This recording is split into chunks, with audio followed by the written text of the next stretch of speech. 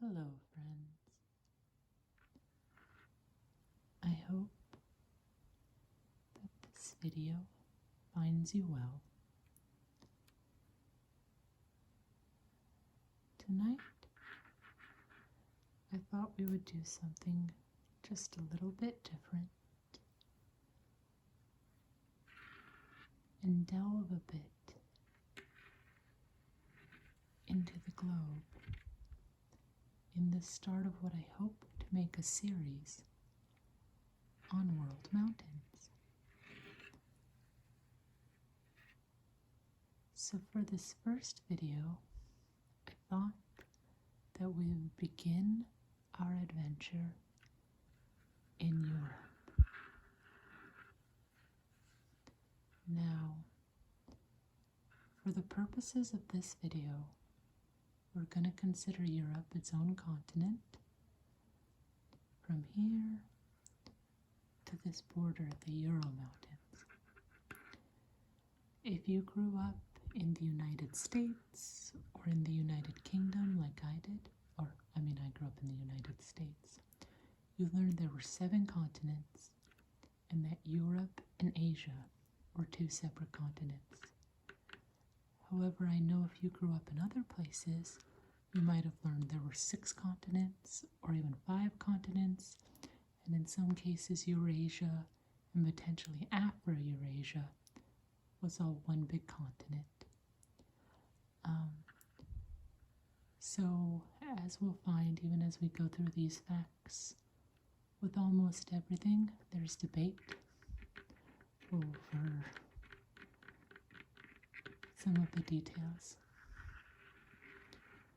But I think we can enjoy the sounds and some of the more agreed upon facts. So, I'm starting with Europe for several reasons. One is that it can be considered a particularly mountainous continent. About 20% of Europe can be classified as mountainous, and while again some estimates vary, or the way people measure these vary, in general it's considered to have about 10 major mountain ranges and then around 100 smaller ones. So let's start today from east and we'll move west. Maybe we'll take some side trips along the way. So let's start here in the Ural Mountains. The Ural Mountains are generally considered to divide European Russia from Asian Russia. They're 1,600 miles long from north to south. And then down here, you can see the other divide between Europe and Asia, at least kind of geopolitically speaking. And these are the Caucasus Mountains down here. The Caucasus Mountains are much smaller. They're about 635 miles.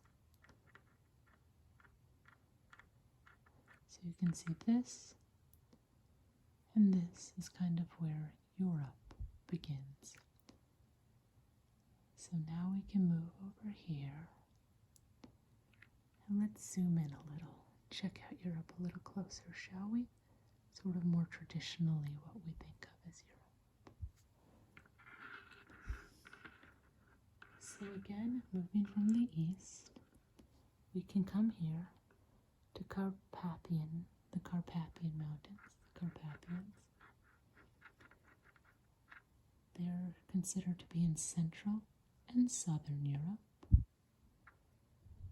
And they're the 3rd longest mountain chain in Europe, coming in at 932 miles.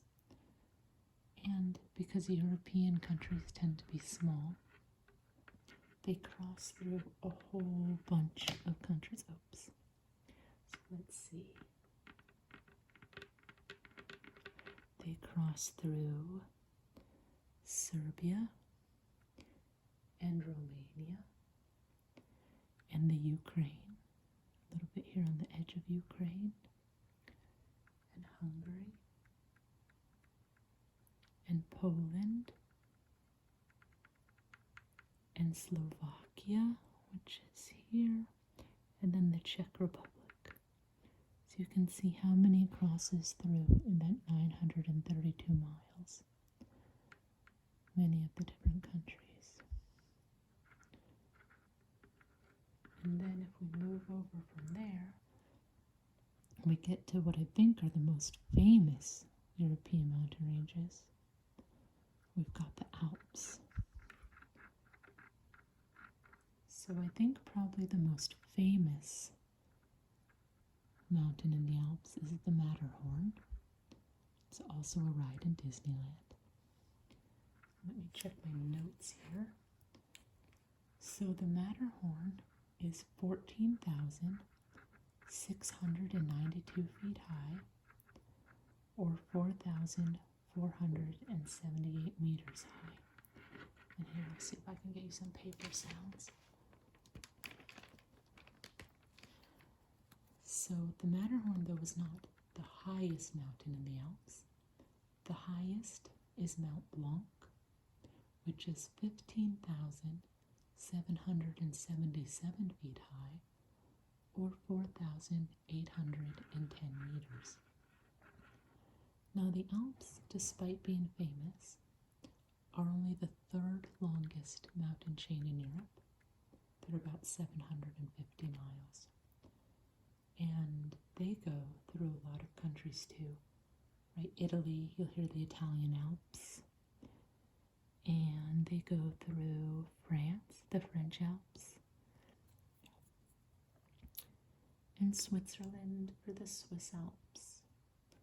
And Germany. And then also Austria, Monaco, and Liechtenstein, which are little countries down in here. See if we can find some of them. Well, here's Switzerland, then Austria is right next to it.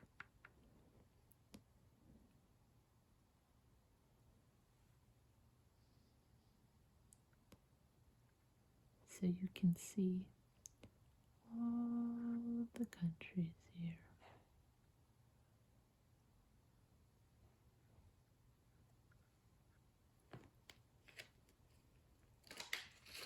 So the Alps are considered a transition area between Central Europe and Mediterranean Europe, right? So up here and then down here, bordering the Mediterranean. And they were formed when the European and the African tectonic plates collided, pushing them up. And that, of course, happened over a very long time. Didn't happen quickly. Because of how it's formed and where it is, it's incredibly diverse, including having more than 200 habitats. And because of how it was formed, it has high peaks. So it has more than 100 peaks that reach higher than 13,000 feet, or 4,000 meters. They're also very important, their snowfall, because they provide 90% of the water to lowland Europe. Though they're only the third longest, the Alps are the highest and most expansive mountain range. And so the Dolomites in Italy, those run down the length of Italy, they're only half as high. Now I found this interesting. People have lived in the Alps for 50,000 to 60,000 years, based on various records that have been found and signs. And then Mount Blanc, which I mentioned before, spans 3 different countries and is the second highest peak in Europe.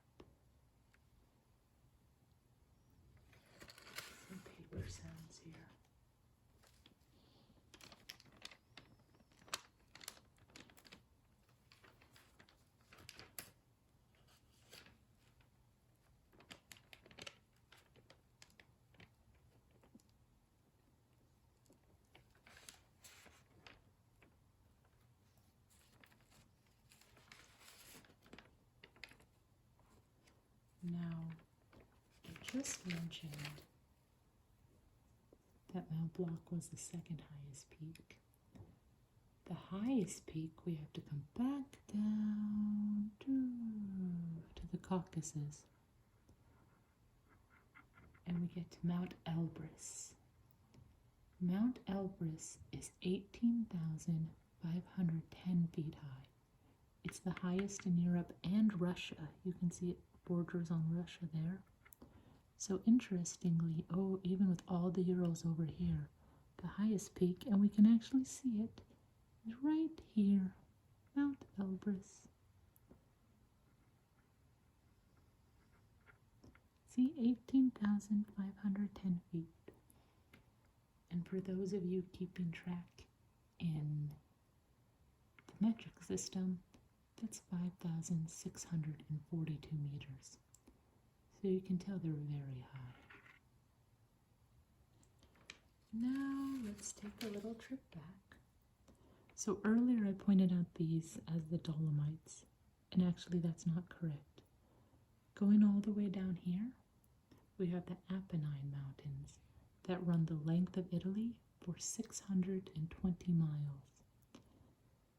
And there's some push about 20 years ago to connect all the mountains here with ones in Sicily and make it a big long mountain chain.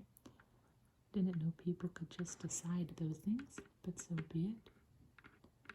And you can see there's a Mount Etna down here that reaches 10,922 feet high.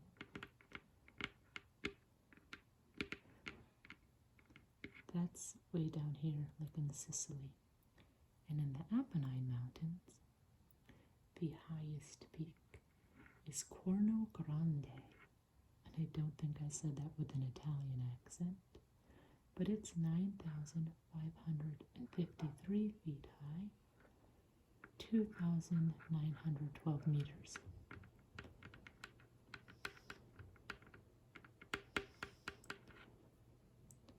One of the more interesting facts about this particular mountain range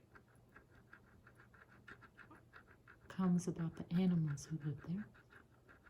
So the Italian wolf and the Marsican brown bear, this is one of the last places they're known to live.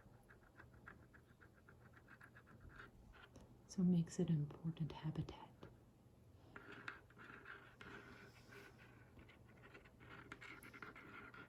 Let's see what else we can find out about some mountains in Europe, shall we? Wow. Would you like to wander over with me just a bit and talk about the Pyrenees? So the Pyrenees separate the Iberian Peninsula. Let me move this just a smidge over here.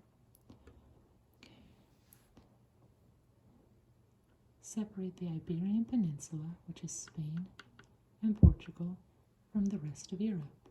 So it's right here, the border between France and Spain.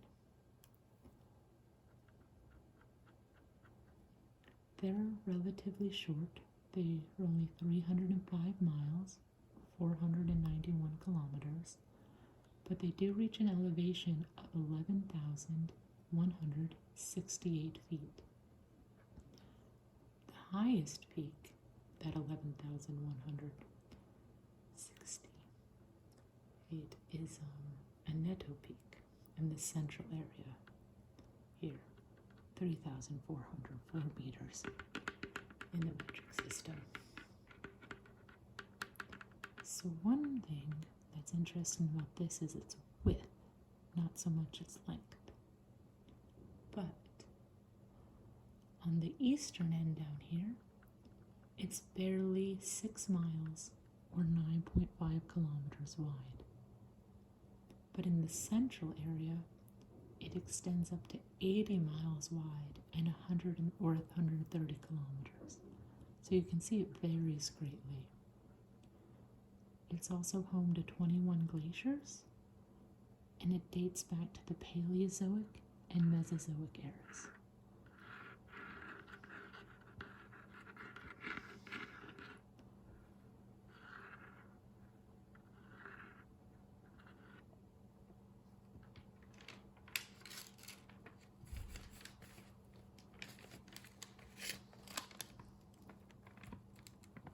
Now from here, we're going to take a longer trip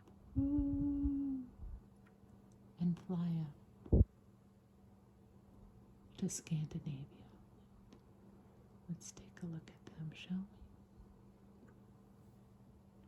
we? Up here, we find the Scandinavian mountains. And on here, you can see they're written like that. Let's zoom in just a touch to see it even better. I am not going to try to pronounce any of the Scandinavian names. But these mountains form the border between Norway and Sweden. And there's a little bit in Finland, but not a whole lot. And not the high parts. One thing, they do pass these mountains up into the Arctic Circle. So you can see the Arctic Circle right here. And here's the mountains way up here.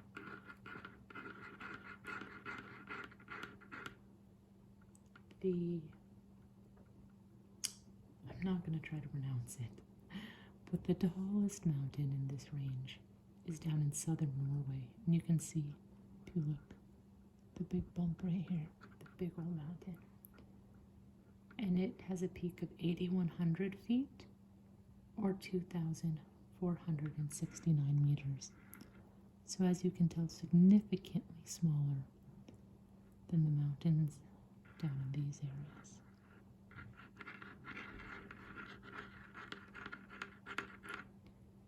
So, as you might expect, there are many ice fields and glaciers, and of course the famous Norway fjords are part of this as well. See our sun shining on our planet here.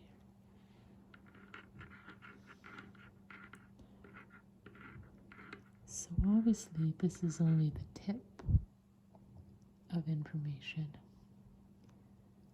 about mountains on this small but rugged continent. But it gives you a feel, in part, for why they're in a place that's a relatively small landmass. There's such a diversity of language and culture and whatnot, because there's so many natural barriers and very difficult to pass. I mean, here, even with elephants, right? Challenged to pass.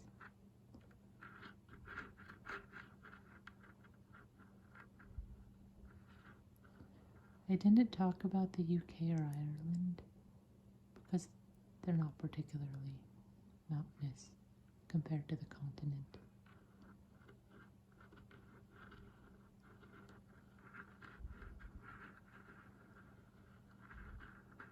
But I hope you enjoyed this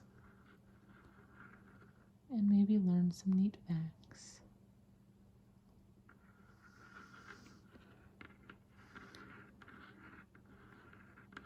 Let me know if you're interested in seeing some more. We can talk about Asia and North America. We can talk about the Himalayas and the Andes and the Rockies. There's all kinds of interesting mountains. There's volcanoes. I think that Mount Elba that we talked about down here. Mount Etna, sorry, it's a volcano. So thank you, as always, for watching. I hope that you enjoyed this. And I look forward to talking to you again soon.